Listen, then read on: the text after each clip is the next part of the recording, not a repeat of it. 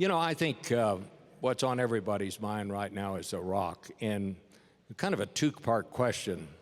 I do want to ask you, what are we going to do now and what should we do? But the first question, how did we get to where we are today?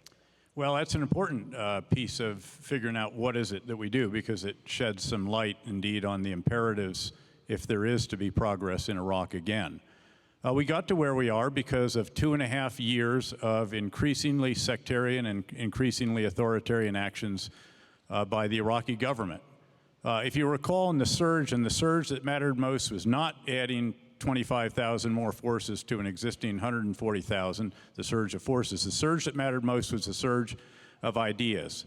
And among the biggest of the big ideas that powered the surge and achieved the progress that we did, driving violence down by over 90%, was reconciling with elements of the society, of the citizenry of Iraq that had become feeling disenfranchised, that felt cast out. And so we reached out initially to that Sunni Arab element. We'd done reconciliation before. It hadn't been supported. We did it up in the north when I was a division commander there in Mosul. It was done again in 2004, 2005, did not work. But this time we were determined that it would, and then over time the Iraqi government, Prime Minister Maliki, supported that, and we reached a number of agreements. Those agreements were not honored in the wake of the end of 2011. And that created a situation where, once again, 17, 18% of the population, the Sunni Arabs, came to feel that they could not trust the government in Baghdad, that it didn't have their interests at heart, and they once again came to see that they had really a stake in the failure of the new Iraq rather than a stake in its success. Kurds lost trust during this time as well, I might add. There were some other factors. Good, competent leaders with whom we served, alongside whom we fought in Iraq during the surge, and a variety of those different battles were replaced by sectarian loyalists.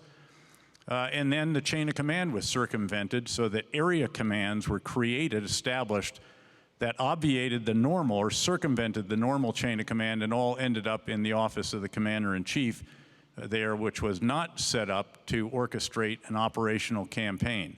And indeed, at the moment when they most needed to be able to command and control substantial forces to respond to ISIS, the Islamic State of Iraq and Sham. Sham means, by the way, the Levant, not just Syria, and that indicates that they have designs beyond Syria in Jordan and also in Lebanon. And when they came at as an army, really, this is not a terrorist group. This is a well-equipped force, not huge, but substantial. The Iraqi security forces folded, and that was tragic to see, just as it has been tragic to see the terrible violence that has escalated in that 2.5-year period as key Sunni Arab politicians have been targeted, the vice president, the minister of finance, a parliamentarian from Anbar province, and the demonstrations in the wake of those actions have been put down very brutally and violently. And that's how we got to where we are. And of course, you also have, the Syrian civil war then washes back. Initially, al-Qaeda in Iraq came back, in a sense, in Syria, got resourced, self-resourced a lot of it. They owned some very lucrative areas of eastern Syria, got equipment, and then came back into Iraq to conduct this campaign we've seen. Well, did we see this coming, or did this just sort of all of a sudden, here they are? No, I think people who have watched this closely, and I've been one of them, have seen this coming. There have been camps that were established out just across the border in Syria.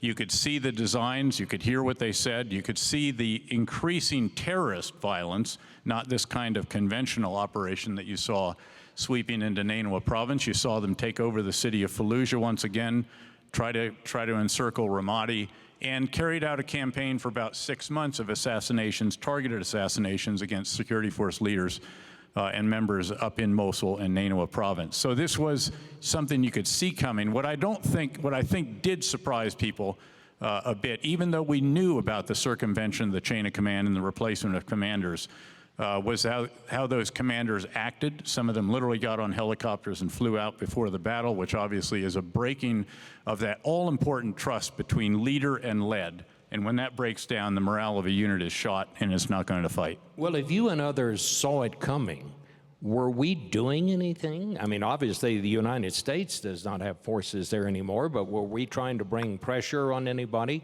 Was there any more concerted effort? Did they realize how serious this really was? Again, I don't know that folks expected that the security forces would not be able to handle what, at the end of the day, relatively speaking, relative to their size, was not a large force. But it was a very capable force, and it had quite a good campaign. They'd been conducting reconnaissance. And I think what really took place as well is that the population was not reluctant to see some of these security force leaders and their members get pushed out. Again, keep in mind, this is a part of the country that had come to feel disenfranchised again, cast off, and not having a seat at the table.